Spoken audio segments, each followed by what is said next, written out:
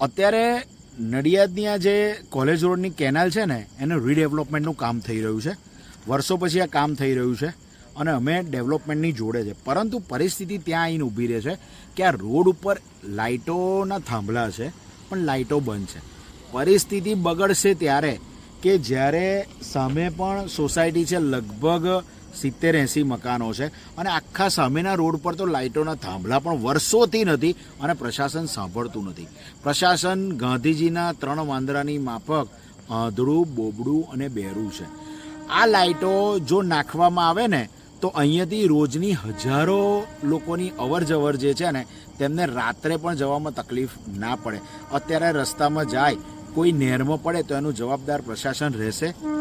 સીધી જો આની અંદર કોઈ પણ પ્રકારનો અકસ્માત થયો તો એનું સંપૂર્ણ જવાબદાર પ્રશાસનને ગણીને તેમના ઉપર પોલીસ કેસની કાર્યવાહી કરવામાં આવશે, કોર્ટમાં લઈ જવામાં આવશે.